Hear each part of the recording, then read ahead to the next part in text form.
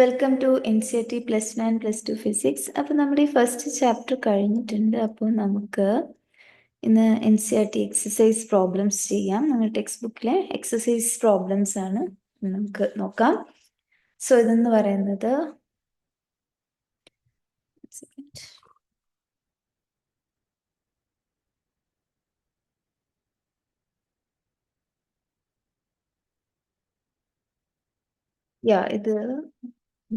ഇത് ടെക്സ്റ്റ് ബുക്കിലെ 1.11 ക്വസ്റ്റ്യൻ.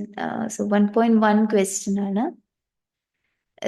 ഇത് NCERT എക്സസൈസ് പ്രോബ്ലംസ് ആണ് ടെക്സ്റ്റ് ബുക്കിലെ. ഓക്കെ, സോ അതിലെ ഫസ്റ്റ് ക്വസ്റ്റ്യൻ ആണ്. NCERT എക്സസൈസ് പ്രോബ്ലംസ് ആണ് കേട്ടോ. ഓക്കെ, സോ അതിൽ ഫസ്റ്റ് പ്രോബ്ലം ആണ്. Okay, we'll see that. നമുക്ക് ക്വസ്റ്റ്യനിലേക്ക് കടക്കാം. What is the force between two small charged spheres having charges 2 into 10 power minus 7 coulomb ആണ് പറഞ്ഞു കൊടുത്തിരിക്കുന്നത് കേട്ടോ. And 3 into 10 power minus 7 coulomb placed 30 centimeter apart in air. So we have two charges. First charge ഞാൻ Q1 എന്ന് വിളിക്കുകയാണെങ്കിൽ that is 2 into 10 power minus 7 coulomb എന്നും, and the second charge എന്ന് പറഞ്ഞാൽ 3 into 10 power minus 7 coulomb ആണ്. ഇത് രണ്ടും, അത് Q1ഉം Q2ഉം തമ്മിലുള്ള ഇടയ്ക്കുള്ള ഡിസ്റ്റൻസ്, അതിന്റെ സെപ്പറേഷൻ ഡിസ്റ്റൻസ് എന്ന് പറഞ്ഞാൽ 30 സെന്റിമീറ്റർ. ഓക്കെ, 30 സെന്റിമീറ്ററിനെ നമ്മൾ മീറ്ററിലേക്ക് ആക്കുമ്പോൾ 30 into 10 power minus 2 മീറ്റർ. ഇതാണ് Q1 എന്ന് പറഞ്ഞ ചാർജും Q2 എന്ന് പറഞ്ഞ ചാർജും തമ്മിലുള്ള ഡിസ്റ്റൻസ്. അങ്ങനെയാണെങ്കിൽ okay, what is the force between two small charged spheres having charges? We have രണ്ട് ചാർജ് സ്ഫിയേഴ്സ് ആണുള്ളത്. അപ്പോൾ ഫസ്റ്റ് ചാർജ് സ്ഫിയറിന് Q1 എന്നും സെക്കൻഡ് ചാർജ് സ്ഫിയറിനെയാണ് Q2 എന്ന് നമ്മൾ എടുത്തിരിക്കുന്നത്. അതിന് ചാർജസ് ആണ് കൊടുത്തിരിക്കുന്നത്. ആൻഡ് ആ സ്ഫിയേഴ്സ് തമ്മിലുള്ള ഡിസ്റ്റൻസ് ആണ് 30 സെന്റിമീറ്റർ. അപ്പോൾ അത് തമ്മിലുള്ള ഫോഴ്സ് എത്രയാണെന്നാണ് ചോദിച്ചിരിക്കുന്നത്. അപ്പോൾ ഫോഴ്സിന്റെ ഇക്വേഷൻ നമുക്ക് ഓൾറെഡി അറിയാം. ഫോഴ്സ് രണ്ട് ചാർജസ് തമ്മിലുള്ള ഇക്വേഷൻ പറഞ്ഞാൽ K Q1 Q2 by R² എന്നുള്ളതാണ് ഇൻ ജനറൽ അതിന്റെ ഇക്വേഷൻ. കൂളംസ് കോൺസ്റ്റന്റ് ഇൻറ്റു ആ ചാർജസ് എത്രയാണോ ഡിവൈഡഡ് ബൈ അതിന്റെ സെപ്പറേഷൻ ഡിസ്റ്റൻസിന്റെ സ്ക്വയർ. അപ്പോൾ ഇവിടെ സബ്സ്റ്റിറ്റ്യൂട്ട് ചെയ്താൽ മതി. കെയുടെ വാല്യൂ 9 into 10 power 9, Q1ന്റെ value 2 into 10 power minus 7, Q2 എന്ന് പറയുന്നത് 3 into 10 power minus 7 divided by 30 into 10 power minus 2 the whole square. അപ്പൊ ഇത് വർക്ക്ഔട്ട് ചെയ്യുമ്പോൾ 6 into 10 power minus 3 ന്യൂട്ടൺ എന്ന് വരും. അപ്പൊ നോക്കിയാൽ രണ്ടും പോസിറ്റീവ് ചാർജ് ആണ്. Q1ഉം പോസിറ്റീവ് ചാർജ് ആണ്, Q2ഉം പോസിറ്റീവ് ചാർജ് ആണ്. അതുകൊണ്ട് തന്നെ ആ ഫോഴ്സ് എന്ന് പറയുന്ന അവർക്ക് തമ്മിൽ ഇടയ്ക്ക് ഉണ്ടാവുന്ന ആ ഫോഴ്സ് എന്ന് പറയുന്നത് റിപ്പൾസീവ് ഫോഴ്സ് ആയിരിക്കും. Okay, it will be repulsive force between them. ഇനി നമുക്ക് നെക്സ്റ്റ് പ്രോബ്ലം നോക്കാം. നോക്കിക്കോളൂ. ഇത് ഇലക്ട്രോസ്റ്റാറ്റിക് എന്ന് പറഞ്ഞാൽ 1.2. Sorry, the electrostatic force on a small sphere of charge 0.4 microcoulomb due to another small sphere of charge minus 0.8 microcoulomb in air is,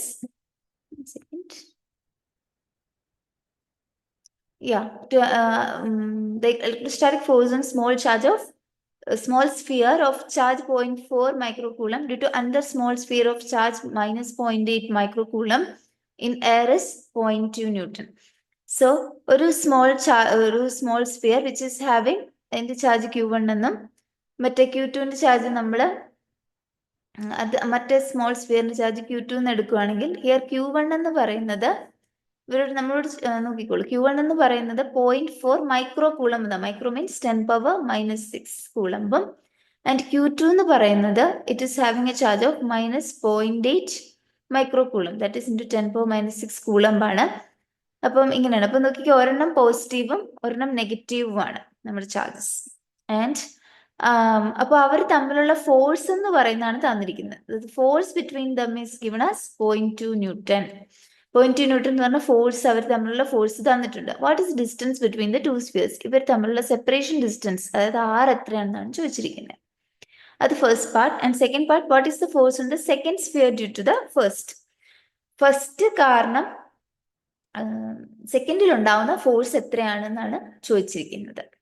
okay, അപ്പൊ ആദ്യം നമുക്ക് ഡിസ്റ്റൻസ് ബിറ്റ്വീൻ ടു സ്ഫിയേഴ്സ് നോക്കാം. നോക്കിക്കേ, നമ്മളുടെ ഇക്വേഷൻ എന്ന് പറയുന്നത് F is equal to രണ്ട് charges തമ്മിലുള്ള ഫോഴ്സിന്റെ ഇക്വേഷൻ എന്ന് പറഞ്ഞാൽ K Q1 Q2 by R² ആണ്.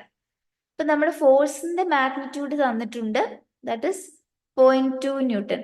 We obviously know that ഈ ഫോഴ്സ് എന്ന് പറഞ്ഞാൽ ഒരെണ്ണം പോസിറ്റീവും ഒരെണ്ണം നെഗറ്റീവ് ആകുമ്പോൾ അവർ തമ്മിലുള്ള ഫോഴ്സ് എന്ന് പറഞ്ഞാൽ അട്രാക്റ്റീവ് ആണ്. സോ ഡെഫിനറ്റ്ലി ഇതെന്ന് പറയുന്നത് മൈനസ് ആണ്. നമ്മളിവിടെ മാഗ്നിറ്റ്യൂഡ് ആണ് കൺസിഡർ ചെയ്യുന്നത്. ഓക്കെ, മാഗ്നിറ്റ്യൂഡ് ആണ് കൺസിഡർ ചെയ്യുന്നത്. So 0.2 Newton is equal to കെയുടെ വാല്യൂ 9 to 10 power 9 ആൻഡ് ക്യൂവിൻ്റെ വാല്യൂ 0.4 into 10 power -6.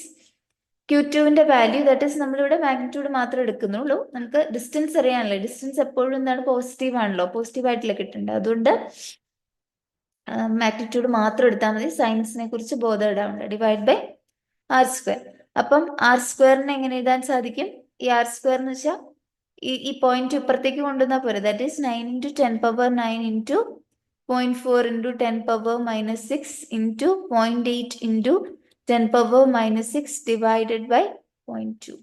ആൻഡ് നമുക്ക് വേണ്ടത് 6 ആണ്. അപ്പം നമ്മൾ ഇതിന്റെ ഇപ്പൊ കിട്ടുന്ന ആൻസറിന്റെ സ്ക്വയർ റൂട്ട് എടുത്താൽ മതി. സോ അത് ചെയ്യുമ്പോൾ you will get it as 0.12 metre. അപ്പം ആ മീറ്ററിനെ സെന്റിമീറ്ററിലാക്കണമെങ്കിൽ 0.12 into 100 ചെയ്താൽ മതി. നിങ്ങൾക്ക് സെന്റിമീറ്റർ ആയിട്ട് ആൻസർ എക്സ്പ്രസ് ചെയ്യണമെങ്കിൽ. സോ ദാറ്റ് ഇസ് 12 സെന്റിമീറ്റർ എന്ന് കിട്ടും. ഇനി അടുത്ത് നെക്സ്റ്റ് ചോദിച്ചിരിക്കുന്ന what is the force in the second sphere due to the first. First കാരണം സെക്കൻഡിൽ ഉണ്ടാവുന്ന ഫോഴ്സ്. ഫസ്റ്റ് കാരണം സെക്കൻഡിൽ ഉണ്ടാവുന്ന ഫോഴ്സും അത് ഇവരുടെ ഇടയിലുള്ള ഫോഴ്സ് എന്ന് പറയുന്നതാണ് എത്രയാ 0.2 Newton എന്നുള്ളത്. അപ്പൊ ഫസ്റ്റ് കാരണം സെക്കൻഡിനും സെക്കൻഡ് കാരണം ഫസ്റ്റിനും അങ്ങോട്ടും ഇങ്ങോട്ടും കൊടുക്കുന്ന ഫോഴ്സ് 0.2 Newton ആണ്. ആൻഡ് ആ 0.2 Newton എന്ന് പറയുന്നത് അട്രാക്റ്റീവ് ഫോഴ്സും ആണ്. Okay, it's an attractive force. കാര്യം ചാർജസ് ഓപ്പോസിറ്റ് നേച്ചർ ആയിരുന്നു. ഒന്ന് പോസിറ്റീവും ഒരെണ്ണം നെഗറ്റീവും ആയതുകൊണ്ട് എന്താണ് ആ ഫോഴ്സ് എന്ന് പറയുന്നത് that is attractive in nature. Okay, second sphere ഫസ്റ്റിന് കൊടുക്കുന്നത് രണ്ടും സെയിം ആണ്. That will be attractive in nature. So that's it. And ഇനി നമുക്ക് നെക്സ്റ്റ് ഈ ക്വസ്റ്റ്യൻ നോക്കാം. എന്ന് പറയുന്നത് question 1.3. check that the ratio ഇതാണ് കേട്ടോ. ke² divided by gm subscript e subscript p. This is mass of electron. ഇതെന്ന് പറഞ്ഞാൽ mass of proton. ഓക്കെ, അപ്പൊ ഈ റേഷ്യോ ചെക്ക് ചെയ്തിട്ട് check that the ratio is dimensionless. Dimension ഇല്ലാതാവുന്നു, ഡയമെൻഷൻലെസ് ആണെന്ന് കാണിക്കണം. അത് first one. And look up a table of physical constants. അത് ഈ കോൺസ്റ്റൻസിന്റെ എല്ലാം വാല്യൂ എത്രയാണ്? ഇപ്പൊ ഇയുടെ വാല്യൂ നമുക്ക് നോക്കണം. കെയുടെ value, G, M E, M P, ഇതിന്റെ എല്ലാം വാല്യൂ എത്രയാന്ന് നോക്കിയിട്ട് ഈ ratio determine the value of the ratio. ഈ റേഷ്യോ എത്രയാണെന്ന് കണ്ടുപിടിക്കണം. What does the ratio signify? ഇത്രയാണ് ചോദിച്ചിരിക്കുന്നത്. ഈ റേഷ്യോ എന്താണെന്നാണ് ചോദിച്ചിരിക്കുന്നത്. അപ്പൊ നമുക്ക് ഓരോന്ന് എടുക്കാം. കെ എന്ന് പറയുന്നത് നമുക്കറിയാം that is the coulomb's constant അല്ലെ.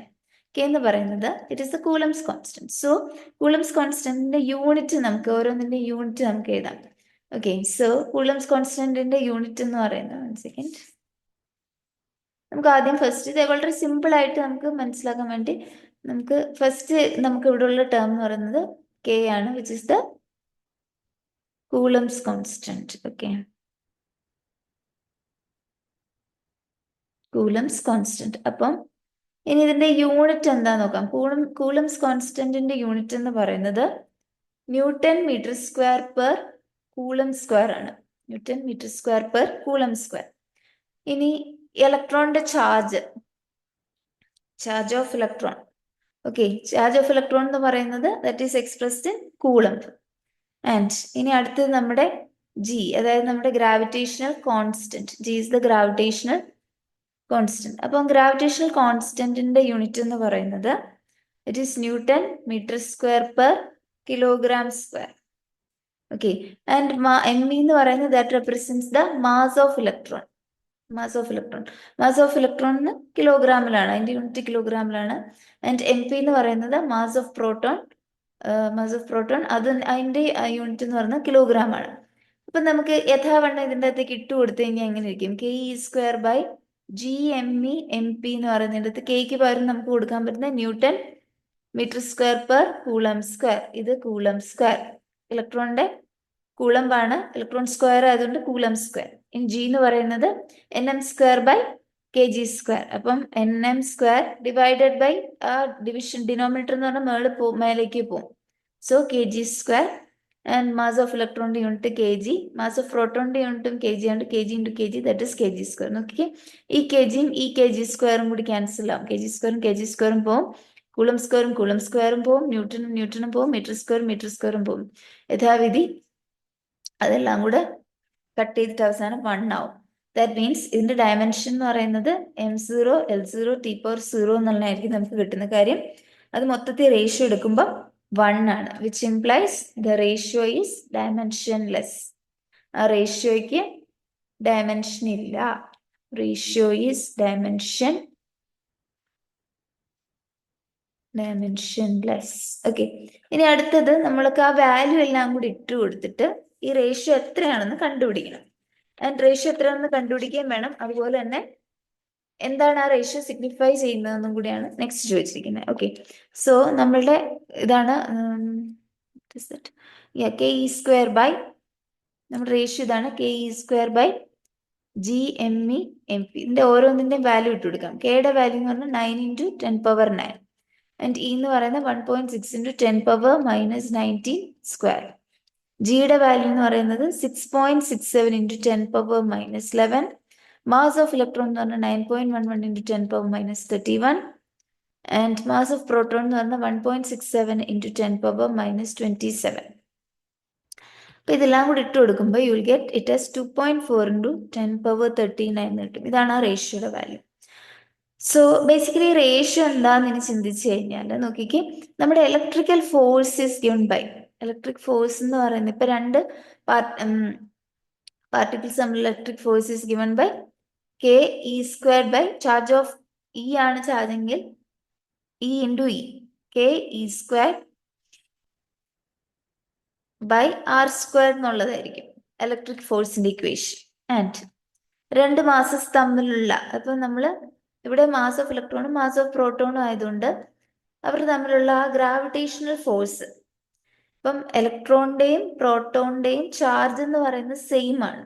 ദാറ്റ് ഈസ് അവരുടെ ചാർജ് എന്ന് പറയുന്നത് സെയിം ആയതുകൊണ്ട് നമുക്ക് അവർ തമ്മിലുള്ള, അത് ഇലക്ട്രോണും പ്രോട്ടോണും തമ്മിലുള്ള ഇലക്ട്രിക് ഫോഴ്സിന്റെ ഇക്വേഷൻ എന്ന് പറയുന്നത് ഇതാണ്.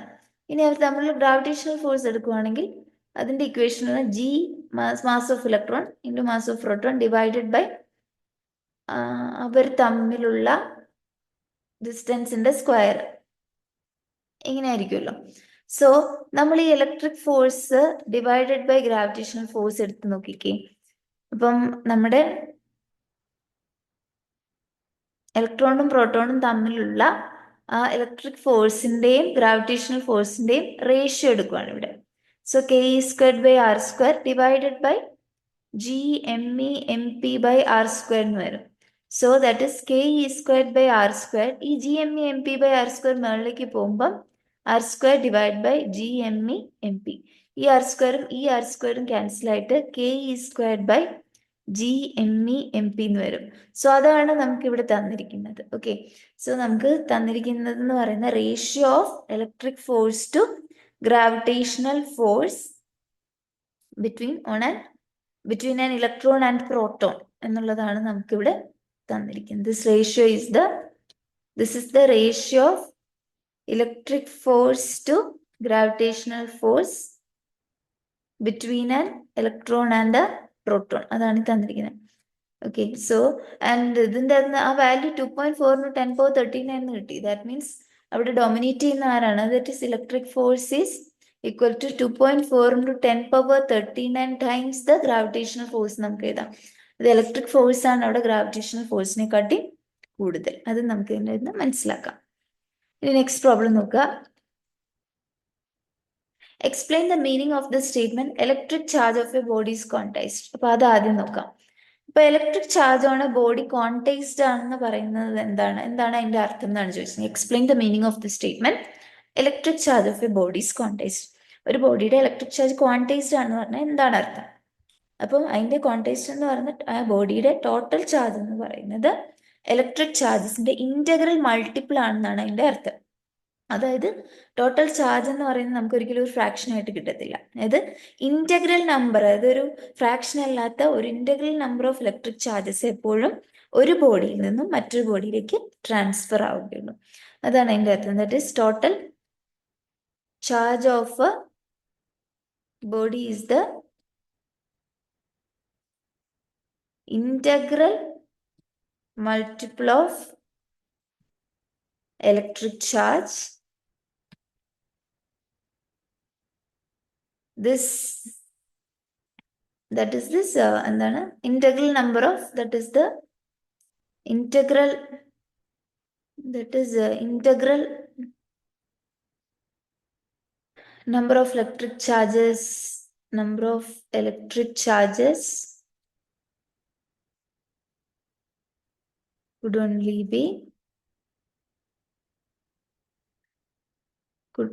be transferred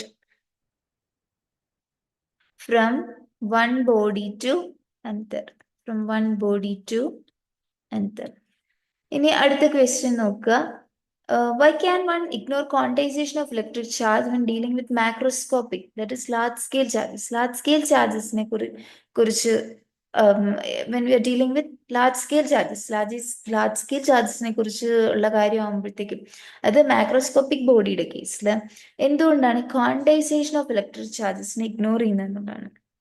അപ്പം നമുക്കറിയാം മാക്രോസ്കോപ്പിക് ബോഡീസിൽ ഒരുപാട് ചാർജസ് ഉണ്ട്, സോ മെനി ചാർജസ് ഏർപ്പെടും. അപ്പം ആ ചാർജ് ഡിസ്ട്രിബ്യൂഷന്റെ ഡിസ്ക്രീറ്റ്നെസ് അവിടെ പോവുകയും ഇലക്ട്രിക് ചാർജ് എന്ന് പറയുന്നത് it is taken as a continuous, electric charge എന്ന് പറയുന്നത് കണ്ടിന്യൂസ് ആയിട്ട് എടുക്കാൻ പറ്റും. കാര്യം ലാർജ് സ്കെയിൽ ഒരുപാട് ചാർജസ് ഉണ്ട്, ഹ്യൂജ് എമൗണ്ട് ഓഫ് ചാർജസ് ഉണ്ട്. അതുകൊണ്ട് തന്നെ ഡിസ്ക്രീറ്റ് ആയിട്ടുള്ള ആ ചാർജ് ഡിസ്ട്രിബ്യൂഷന് മീനിങ് ഒന്നുമില്ല. ആൻഡ് അതുകൊണ്ട് തന്നെയാണ് ഈ ക്വാണ്ടൈസേഷൻ എന്ന് പറയുന്ന കൺസെപ്റ്റിന് അവിടെ ഒരു സിഗ്നിഫിക്കൻസ് ഇല്ലാണ്ടിരിക്കുന്നത്. Okay, for a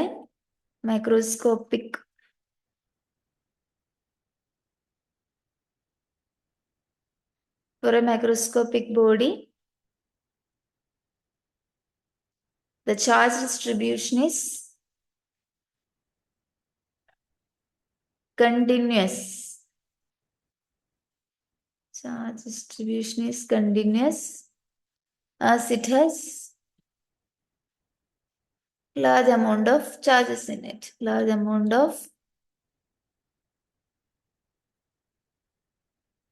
charges in it. So the discreteness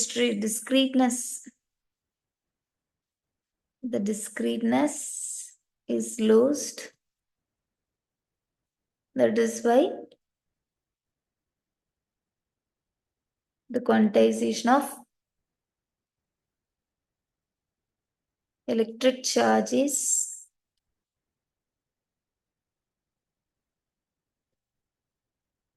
node. Okay, so അതാണ്. ഇനി അടുത്ത് നോക്കുക, നെക്സ്റ്റ് പ്രോബ്ലം നോക്കാം. this is 1.5 question ആണ്. When a glass rod is rubbed with a silk cloth, charge appears on both. Glass rod silk ക്ലോത്തുമായിട്ട് rub ചെയ്യുമ്പം charge രണ്ടിടത്തും appear ചെയ്യും. ഗ്ലാസ് റോഡിലും അപ്പിയർ ചെയ്യും, സിൽക്ക് ക്ലോത്തിലും അപ്പിയർ ചെയ്യും. A similar phenomenon is observed with many other pairs of bodies. ഇതുപോലെ പല ബോഡീസും റബ് ചെയ്യുമ്പോഴും രണ്ട് ബോഡീസിലും ചാർജസ് അപ്പിയർ ചെയ്യും. Explain how this observation is consistent with the law of conservation of charge.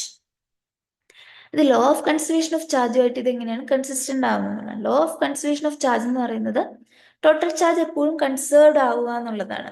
ഇത് law of conservation of charge എന്ന് പറയുന്നത് total charge is constant, അഥവാ charge is neither created nor destroyed എന്നുള്ളതാണ്. അതായത് ചാർജ് പുതിയതായിട്ട് ഉണ്ടാവുന്നുമില്ല, ഉള്ള charge നശിക്കുന്നുമില്ല. It's remaining a constant. So basically എന്താണ് ഇവിടെ സംഭവിക്കുന്നത്? എന്താണ്, ഗ്ലാസ് റോഡും സിൽക്ക് ക്ലോത്തും റബ് ചെയ്യുമ്പോഴത്തേക്കും ഒരെണ്ണത്തിന് പോസിറ്റീവ് ചാർജും ഒരെണ്ണത്തിന് അത്രയും തന്നെ നെഗറ്റീവ് ചാർജുമാണ് കിട്ടുന്നത്. ദാറ്റ് മീൻസ് ടോട്ടൽ ചാർജ് എന്ന് പറയുന്നത് അവിടെ ഒരെണ്ണത്തിന് എത്രയാണോ കിട്ടുന്നത് അത്രയും തന്നെ ഇവിടെ എന്താണ് നെഗറ്റീവ് ഇവിടെയും കൂടി വരുന്നുണ്ട്. So like that only it is happening. അല്ലെങ്കിൽ എന്താ പറയുന്നത്, ഇവിടെ ബേസിക്കലി എന്താ സംഭവിക്കുന്നത് വെച്ച് കഴിഞ്ഞാൽ അത്രയും വരുന്നതുകൊണ്ട് തന്നെ ടോട്ടൽ ചാർജ് അവിടെ കോൺസ്റ്റന്റ് ആയിട്ട് തന്നെ നിൽക്കുകയാണ്. ഓക്കെ, ഈക്വൽ എമൗണ്ട് ആയിട്ട് തന്നെയാണ് വരുന്നത്.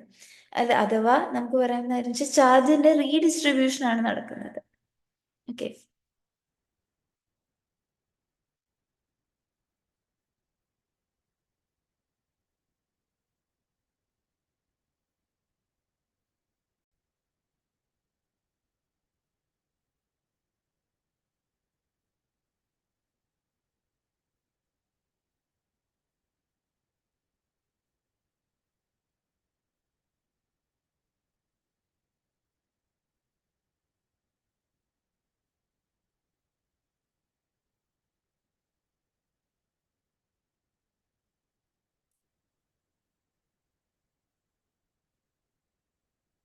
ഓക്കെ, അപ്പം ബേസിക്കലി എന്താ സംഭവിക്കുന്നത്, അപ്പം ചാർജ് റീഡിസ്ട്രിബ്യൂഷൻ ആണ് നടക്കുന്നത്. ഓക്കെ, അപ്പൊ ഇപ്പം ഇവിടെയൊക്കെ പൊതുവെ എപ്പോഴും രണ്ട് ബോഡീസ് തമ്മിൽ ഉള്ള ഇതുപോലത്തെ സിമിലർ ഫിനോമിന ഒബ്സർവ് ചെയ്യുന്നു. അപ്പം ബേസിക്കലി എന്താണെന്ന് വെച്ച് കഴിഞ്ഞാൽ ചാർജ് ട്രാൻസ്ഫർ ചെയ്യുകയാണ് ഒരു ബോഡിയിൽ നിന്നും മറ്റൊരു ബോഡിയിലേക്ക്. സോ ഇറ്റ് ഈസ് അങ്ങനെയാണ് ആ ഒരു കൺസർവേഷൻ ഓഫ് ചാർജ് എന്ന് പറയുന്ന പ്രിൻസിപ്പിളോട് വരുന്നത്. ടോട്ടൽ ചാർജ് എന്ന് പറയുന്നത് it is constant. So merely charges are transferred from one body to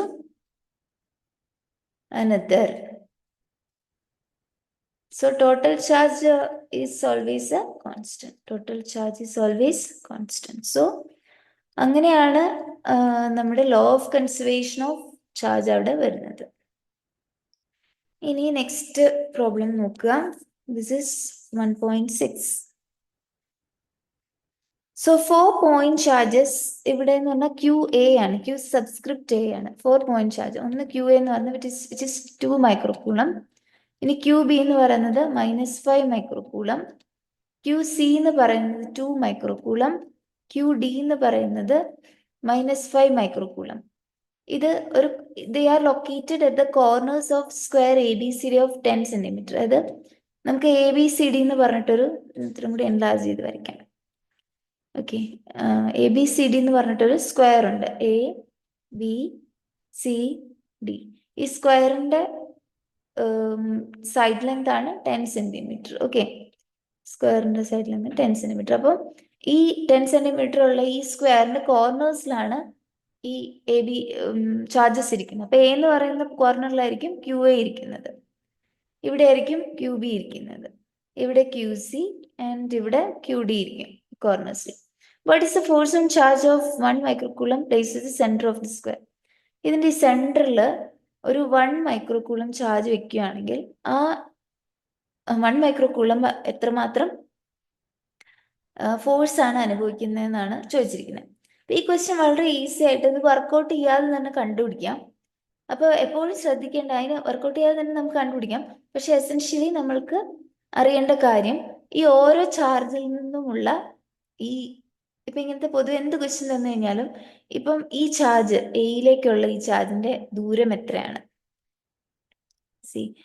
സെൻട്രലാണ് ഈ ദൂരം. അതുപോലെ തന്നെ ഈ ദൂരം, ഈ സെൻട്രൽ ഈ ചാർജിൽ നിന്നും ബിയിലേക്കുള്ള ദൂരം, ഈ ചാർജിൽ നിന്നും സിയിലേക്കുള്ള ദൂരം, ഈ ചാർജിൽ ഡിയിലേക്കുള്ള ദൂരം കണ്ടുപിടിക്കണം. ഇഫ് ഇതെല്ലാം സെയിം ആണെങ്കിൽ, ഈ ചാർജിനെ സംബന്ധിച്ച് ഇതെല്ലാം സെയിം ഡിസ്റ്റൻസിൽ ഇരിക്കുകയാണെങ്കിൽ നമുക്ക് കാൽക്കുലേഷൻ ഈസി ആക്കാം. അത് ആണോ എന്ന് നോക്കണം. അപ്പൊ ഇവിടെ ഒബ്വിയസ് ആണ്, സ്ക്വയറിന്റെ നടുക്കാണ് ഇരിക്കുന്നത് ചാർജ്. സോ ഒബ്വിയസ്ലി അത് ഡിസ്റ്റൻസ് ഓരോ കോർണറിലേക്കുള്ള അതിന്റെ ഡിസ്റ്റൻസ് സെയിം ആയിരിക്കും. അല്ല, ഇപ്പൊ നമ്മളൊരു സ്ക്വയർ എടുക്കുകയാണെങ്കിൽ അത് ആക്ച്വലി കണ്ടുപിടിക്കേണ്ട കാര്യമില്ല, പിന്നെ ജസ്റ്റ് വേറെ ഏതെങ്കിലും പ്രോബ്ലത്തിന് വർക്കൗട്ട് ചെയ്യണമെങ്കിൽ ചെയ്യാമെന്ന് വിചാരിച്ച് നോക്കാം. ഇപ്പൊ നമ്മുടെ സ്ക്വയറിന്റെ എല്ലാ സൈഡും എന്താണ് ഒരേ ലെങ്ത് ആണല്ലോ. അപ്പൊ അതിന്റെ ഡയഗണൽസ് എന്ന് പറയുന്നത് സെയിം ആണ്, സ്ക്വയറിന്റെ ഡയഗണൽസ് സെയിം ആണ്. ആൻഡ് ആ ഡയഗണൽ മീറ്റ് ചെയ്യുന്ന പോയിന്റ് ആയിരിക്കും സ്ക്വയറിന്റെ സെന്റർ പോയിന്റ് എന്ന് പറയുന്നത്. അപ്പൊ ഡയഗണൽ ലെങ്തിന്റെ ഹാഫ് എത്രയാണെന്ന് നോക്കിയാൽ മതി. ഡയഗണൽ ലെങ്തിന്റെ ഹാഫ് എന്ന് പറയുന്നതാണ് distance from centre to corner. Okay ആയിരിക്കുമല്ലോ. അപ്പം ശരിക്കും ഈ പ്രോബ്ലത്തിൽ കണ്ടുപിടിക്കേണ്ട കാര്യമില്ല, പക്ഷെ വെറുതെ ഒന്ന് നോക്കാം എങ്ങനെ കണ്ടുപിടിക്കുന്നതെന്ന്. അപ്പൊ നോക്കുക, ഇപ്പം നമ്മളുടെ ഡയഗണൽ, ഈ ഡയഗണൽ എന്ന് പറഞ്ഞാൽ എത്രയായിരിക്കും? ഇപ്പൊ ഇതും 10, ഇതും 10. ഓക്കെ, ഇതും 10, ഇതും 10. അപ്പൊ നമ്മളിപ്പോ ACD എന്ന് പറയുന്ന ഈ ഒരു ട്രയാങ്കിൾ കൺസിഡർ ചെയ്യുവാണെങ്കിൽ ആ ട്രയാങ്കിളിനെ സംബന്ധിച്ച് അതിന്റെ ഹൈപ്പോട്ന്യൂസ് ആണ് നമ്മളുടെ ഡയഗണലായിട്ട് വരുന്നത്. സോ ഹൈപ്പോട്ന്യൂസ് എന്ന് പറഞ്ഞാൽ root of side square plus side square, 10 square plus 10 square ചെയ്യുമ്പോൾ you will get root of 200. അപ്പൊ 200ന്റെ സ്ക്വയർ റൂട്ട് കണ്ടുപിടിക്കാൻ അതിനെങ്ങനെ ഫ്രാക്ഷൻ LCM മെത്തേഡ് നോക്കുക. 200 2 കൊണ്ട് ഡിവൈഡ് കഴിഞ്ഞാൽ 100, അഗെയിൻ 2 50, അഗെയിൻ 2 25. ഈ ഇവിടെ 25നെ നമുക്ക് 5 കൊണ്ട് ചെയ്യാമല്ലോ. അപ്പോൾ ഡിവൈഡ് ചെയ്യുന്ന 5 കിട്ടും. Again no need to do. അപ്പം ഇനി പെയർസ് നോക്കുക. ഇവിടെ we can have a pair and ഇവിടെയും പെയർ എടുക്കുക. അപ്പൊ അതിൽ കോമൺ ഉള്ള 2, ഇവിടുന്ന് 2 കോമൺ എടുക്കുന്നു, ഇവിടുന്ന് 5 കോമൺ എടുക്കുന്നു. ആൻഡ് ഇതെന്ന് പറയുന്നത് ഇല്ല, സിംഗിൾ ആണ്. So it is square root, that is 10√2. ഇപ്പൊ 10√2 എന്ന് പറഞ്ഞാൽ ഡയഗണൽ ലെങ്ത്. അപ്പം ഡിസ്റ്റൻസ് ഡിസ്ട്രിബ്യൂഷൻ ആണ് ഞാൻ എഴുതിയ distance from centre to corner എന്ന് പറഞ്ഞാൽ diagonal length divide by 2. So distance from centre to corner എന്ന് പറയുന്നത് സെന്റർ ടു കോർണർ എന്ന് പറയുന്നത് ഡയഗണൽ ഡിവൈഡഡ് ബൈ 2. ഇത് ശരിക്കും പറഞ്ഞു കഴിഞ്ഞാൽ നമുക്ക് വേണ്ട, ഇത് കണ്ടുപിടിച്ചില്ലെങ്കിലും കുഴപ്പമില്ല. സോ ബേസിക്കലി ആ സെന്ററിൽ നിന്നും ഓരോ കോർണറിലേക്കുള്ള ദൂരം 10√2 ഡിവൈഡഡ് ബൈ 2 ആണ്. 2 സെന്റിമീറ്റർ ഉത്തരമാണ്. ഇത് കിട്ടിയില്ലെങ്കിലും കുഴപ്പമില്ല, നമുക്ക് ഈ പ്രോബ്ലം ഈസി ആയിട്ട് കണ്ടുപിടിക്കാം. കാര്യം എന്താന്ന് വെച്ച് കഴിഞ്ഞാൽ we have this, it is like this. Okay, 10 centimetre ഉള്ള സ്ക്വയർ ആണ്. അപ്പൊ ഇവിടെ ഇരിക്കുന്ന ആള് 2 മൈക്രോ കൂളംബാണ്, QA. ഇവിടെ ഇരിക്കുന്നത് 5 മൈക്രോ കൂളംബ്, ഇവിടെ ഇരിക്കുന്നത് -2 മൈക്രോ കൂളംബ്, ഇവിടെ ഇരിക്കുന്നത് ഈ കോർണർ ഇരിക്കുന്ന -5 മൈക്രോ കൂളംബ്. നമ്മുടെ സെൻട്രലാണ് 1 മൈക്രോ കൂളംബ് ഇരിക്കുന്നത്. അപ്പൊ നോക്കുക, നമുക്ക് വേണമെങ്കിൽ ഇപ്പൊ വി ഹാവ് ദ ഡിസ്റ്റൻസ്, അല്ലെങ്കിൽ ഡിസ്റ്റൻസ് വെച്ചിട്ട് ഈ ഓരോ ചാർജും QA കാരണം 1 മൈക്രോ കൂളംബിൽ ഉണ്ടാവുന്നത്, അതുപോലെ തന്നെ QB കാരണം 1 മൈക്രോ കൂളംബിൽ ഉണ്ടാവുന്നത്, ഇവിടുത്തെ QC കാരണം QD കാരണം ഒക്കെ ഉണ്ടാവുന്നത് വെക്ടോറിയലി ആഡ് ചെയ്തിട്ട് നമുക്ക് കണ്ടുപിടിക്കാം. അങ്ങനെ ചെയ്യാം. അല്ലാതെ തന്നെ വേണമെങ്കിൽ ജസ്റ്റ് കൺസെപ്റ്റ് വെച്ച് നമുക്ക് ചെയ്യാം, ഡിസ്റ്റൻസ് സെയിം ആണല്ലോ. അപ്പൊ നോക്കുക, ഇപ്പം ഞാൻ ഈ സെൻറ്റർ പോയിന്റ് ഒന്ന് കൊടുക്കുക, അല്ലെങ്കിൽ വേണ്ട, അല്ലെങ്കിൽ ഒന്നും കൊടുക്കണ്ട, നോക്കൂ. അപ്പം ഇതും പോസിറ്റീവ് ചാർജ് ആണ്, സെൻട്രലിലെയും പോസിറ്റീവ് ചാർജ് ആണ്. അപ്പൊ ഇവർ തമ്മിലുള്ള ഫോഴ്സ് എന്ന് പറയുന്നത് എന്താണ്? റിപ്പൾസീവ് ഫോഴ്സ് ആണ്. അപ്പൊ ഈ 1 മൈക്രോ കൂളംബിന് കൊടുക്കുന്ന ഒരു റിപ്പൾസീവ് ഫോഴ്സ് ആണ്. സോ ആ ഫോഴ്സ് എന്ന് പറഞ്ഞാൽ ഇറ്റ് സ്റ്റേസ്, ഈ റിപ്പൾസീവ് ഫോഴ്സ് എന്ന് പറഞ്ഞാൽ എവേ ഫ്രം Q ആയിരിക്കും പോയിന്റ് ചെയ്യുന്നത്, ഇങ്ങോട്ടായിരിക്കും പോയിന്റ് ചെയ്യുന്നത്, എവേ ഫ്രം 1 മൈക്രോ കൂളംബ് അങ്ങനെയായിരിക്കും വരിക. ഇനി ഈ -2 മൈക്രോ കൂളംബും 1 മൈക്രോ കൂളംബും നോക്കുക, ഇത് +1 മൈക്രോ കൂളംബും ഇത് -2 മൈക്രോ കൂളംബ്. അപ്പം ഈ +1 മൈക്രോ കൂളംബും ഇവിടെ ഇരിക്കുന്ന -2 മൈക്രോ കൂളംബും തമ്മിൽ അട്രാക്റ്റീവ് ഫോഴ്സ് ആയിരിക്കും. അതായത് -2 കൂളംബ് ഈ 1 മൈക്രോ കൂളംബിനെ അട്രാക്ട് ചെയ്യുന്ന അട്രാക്റ്റീവ് ഫോഴ്സ് ആയിരിക്കും. So it will be directed towards -2 micro Coulomb. Okay, അപ്പൊ നോക്കുക, ഇത് +2 മൈക്രോ കൂളംബ് കാരണം ഇവിടെ ഉണ്ടാവുന്നത്, അതിന്റെ ഡയറക്ഷൻ ഇങ്ങോട്ട്. ഇത് -2 മൈക്രോ കൂളംബ് 1 മൈക്രോ കൂളംബ് കാരണം ഉണ്ടാവുന്ന ഫോഴ്സ്, അതും ഇവിടെ +2 ഇവിടെ -2. അപ്പം basically magnitude of electric field same ആയിരിക്കും. പക്ഷെ നോക്കിക്കോ, ഒരെണ്ണത്തിന്റെ ഡയറക്ഷൻ ഇങ്ങോട്ടും ഒരെണ്ണത്തിന്റെ ഡയറക്ഷൻ ഇങ്ങോട്ടുമാണ്. സോ ബേസിക്കലി ഇതും കൂടി ക്യാൻസൽ ആവും. ഇനി നോക്കുക, നമുക്ക് അത് മാത്രം നോക്കിപ്പോയി, ഇനി നമുക്ക് 5ഉം -5ഉം കൂടി അതുപോലെ തന്നെ നോക്കാം. ഈ +5 മൈക്രോ കൂളംബും 1 മൈക്രോ കൂളംബും തമ്മിലുള്ള റിപ്പൾസീവ് ഫോഴ്സ് ആയിരിക്കും. സോ ദാറ്റ് മീൻസ് ഈ 5 മൈക്രോ കൂളംബ് എവേ ആയിട്ടായിരിക്കും ഈ ഫോഴ്സ് പോകുന്നത്. ബിക്കോസ് 5 മൈക്രോ കൂളംബ് എക്സേർട്ട് ചെയ്യുന്ന force it will be away from 5 micro Coulomb 1 micro Coulomb. കാര്യം എന്താണെന്ന് വെച്ച് കഴിഞ്ഞാൽ റിപ്പൾസീവ് ആയതുകൊണ്ട്. ഇനി അതുപോലെ നോക്കി, ഈ +1 മൈക്രോ കൂളംബും -5 മൈക്രോ കൂളംബും തമ്മിലുള്ള അട്രാക്റ്റീവ് ഫോഴ്സ് ആയിരിക്കും. So that will be towards this direction. ഒരു അട്രാക്റ്റീവ് ആയതുകൊണ്ട് ഇങ്ങോട്ട് പോയിന്റ് ടുവേർഡ്സ് D ആയിരിക്കും. ഓക്കെ, ദാറ്റ് ഇസ് ഓക്കെ, ഇങ്ങോട്ടായിരിക്കും. അപ്പൊ നോക്കി, ഇവിടെ അതുപോലെ തന്നെ ഇങ്ങോട്ടുള്ള ഇവിടെയുള്ള ഡിസ്റ്റൻസും ഇവിടെ ഇങ്ങോട്ടുള്ള ഡിസ്റ്റൻസും സെയിം ആണ്. ഇത് -5ഉം ഇത് 5 ആണ്. സോ ബേസിക്കലി ഇലക്ട്രിക് ഫീൽഡിന്റെ മാഗ്നിറ്റ്യൂഡ് ഓൺ 1 മൈക്രോ കൂളം എന്ന് പറയുന്നത് സെയിം ആയിരിക്കും, ബട്ട് ഡയറക്റ്റഡ് ഓപ്പോസിറ്റ്. സോ ഇതും കൂടി ക്യാൻസൽ ആവും. So in effect total net force എന്ന് പറയുന്നത് അതുകൊണ്ട് തന്നെ ഇവിടെ 0 ആവും. ഓക്കെ, ഇതിങ്ങനെ കണ്ടുപിടിക്കാം. അല്ലെങ്കിൽ നമുക്ക് എന്താ ചെയ്യുന്നത് വെച്ച് കഴിഞ്ഞാൽ, നമുക്ക് electric field due to exerted by these 4 charges at exerted at the center point കണ്ടുപിടിച്ചിട്ട് ആഡ് ചെയ്യാം, വെക്ടോറിയൽ ആഡ് ചെയ്ത് കഴിഞ്ഞാലും സെയിം കിട്ടും.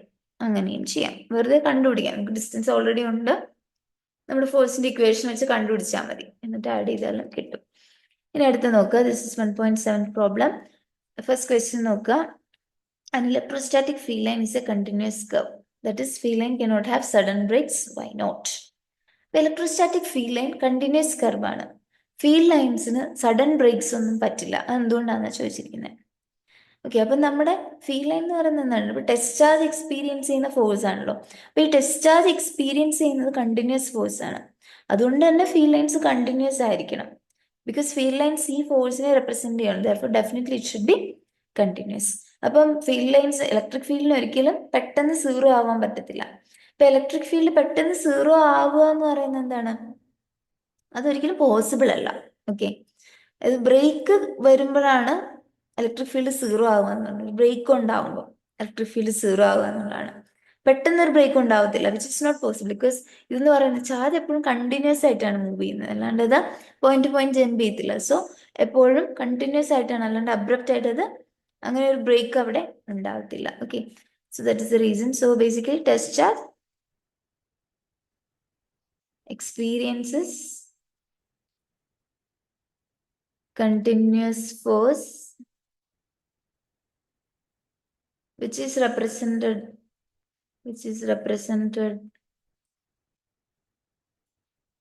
as the field lines, so it should be continuous. So it should be continuous, and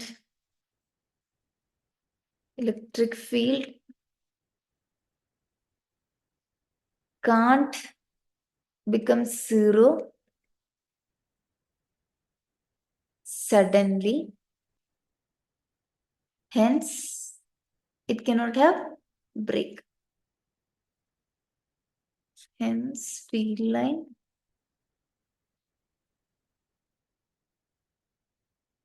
cannot have sudden breaks.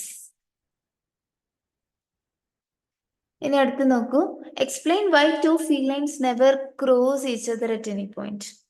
Field lines എന്തുകൊണ്ടാണ് two field ലൈൻസിന് ഒരു point cross ചെയ്യാൻ പറ്റാത്തെന്നുള്ളതാണ്. അപ്പൊ നമുക്കറിയാം ഫീൽഡ് ലൈൻസിന്റെ ഡയറക്ഷൻ എന്ന് പറയുന്നത് അതിന്റെ വരയ്ക്കുന്ന ടാൻജന്റ് ആണ് നൽകുന്നത്. ഇപ്പൊ രണ്ട് പോയിന്റ്സ് ഇന്റർസെക്റ്റീവ് ആണ്. ഇപ്പം ഒരു ഫീൽഡ് ലൈനും ഇപ്പൊ ഈ പോയിന്റിൽ ഇവിടെ ഇന്റർസെക്റ്റീവ് ആണ്. അപ്പൊ ഈ കേസിൽ നമുക്ക് ഇലക്ട്രിക് ഫീൽഡ് അറിയണമെങ്കിൽ ഇപ്പൊ ഇതിന്റെ ഇലക്ട്രിക് ഫീൽഡ് അറിയണമെങ്കിൽ ഇവിടെ ടാൻജന്റ് വരയ്ക്കും. സോ നമുക്ക് ഈ പോയിന്റിന്റെ ഇലക്ട്രിക് ഫീൽഡ് ഉണ്ട്, നമ്മൾ അവിടെ ടാൻജന്റ് വരയ്ക്കും. അപ്പൊ ഇത് ഇങ്ങോട്ട് പോയിന്റ് ചെയ്യും. അപ്പൊ ഇങ്ങോട്ടും ഇവിടെ ഒരു കർവ് ഉണ്ട്, നമുക്ക് ഇങ്ങോട്ടും വരച്ചു കഴിഞ്ഞാൽ ഇതിന്റെ ടാൻജന്റ് വരച്ചു കഴിഞ്ഞാൽ that should also give electric field. അപ്പൊ നോക്കി, ഒരേ പോയിന്റിൽ രണ്ട് ഡയറക്ഷനിലുള്ള ഇലക്ട്രിക് ഫീൽഡാണ് ഇവിടെ വന്നിരിക്കുന്നത്. അതെന്ന് പറഞ്ഞാൽ ഒരിക്കലും പോസിബിൾ അല്ല. ആ പോയിന്റിന് ഇങ്ങോട്ടും ഇലക്ട്രിക് ഫീൽഡ് കാണിക്കുന്നുണ്ട്. ബേസിക്കലി നമ്മളിപ്പം എന്താണ്, ഇപ്പൊ ഒരു പോയിന്റിൽ എന്താണ് രണ്ട് ഫീൽഡ് ലൈൻ ക്രോസ് ചെയ്യുവാണ്. അപ്പൊ നമുക്ക് ഈ പോയിന്റിന്റെ ഡയറക്ഷൻ, ഇവിടുത്തെ ഇലക്ട്രിക് ഫീൽഡ് അറിയണമെങ്കിൽ we will draw A tangent. So ഇപ്പം ഇങ്ങോട്ട് ഈ പോയിന്റ് ഈ ലൈനിലൂടെയും ഈ കർവിലൂടെയും പാസ് ചെയ്യുന്നുണ്ട്. ഈ കർവിന്റെ ടാൻജന്റ് ഈ പോയിന്റിനുള്ളിൽ എടുക്കുമ്പോൾ ഇങ്ങോട്ട് കാണിക്കും. ഇനി ഈ കർവിലൂടെ ഈ പോയിന്റ് ഈ കർവിലൂടെ പാസ് ചെയ്യുന്നുണ്ട്. ഈ കർവിന് നമ്മൾ ടാൻജന്റ് വരച്ചാലും that is also representing the electric field of this point. So ഇവിടെയും ഇലക്ട്രിക് ഫീൽഡിന്റെ ഡയറക്ഷൻ കാണിക്കുന്നുണ്ട്, ഇലക്ട്രിക് ഫീൽഡിന്റെ ഡയറക്ഷൻ ഇവിടെയും കാണിക്കുന്നുണ്ട്. ഒരേ പോയിന്റിൽ രണ്ട് ഇലക്ട്രിക് ഫീൽഡ് ഡയറക്ഷൻ കാണിക്കുന്നു. അതൊരിക്കലും പോസിബിൾ അല്ല. അതുകൊണ്ടാണ് ഇലക്ട്രിക് ഫീൽഡ് ലൈൻസിന് ഒരിക്കലും ക്രോസ് ചെയ്യാൻ പറ്റില്ല ഒരേ പോയിന്റ് എന്ന് പറയുന്നത്. അതുകൊണ്ടാണ്. Okay, so tangent to the curve gives direction. Tangent to the curve gives direction. At the intersecting point, two tangents could be drawn, signifying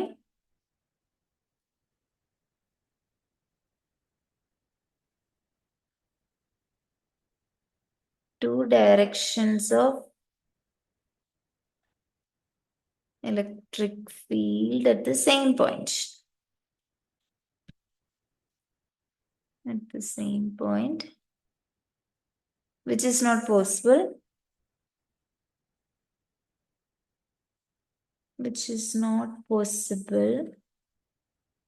Hence, two field lines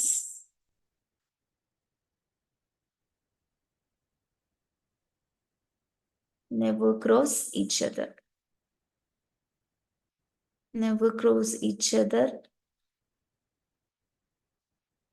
At any point. Okay, so that's it. നമുക്ക് next വീഡിയോയിൽ next problems ചെയ്യാം. Thank you.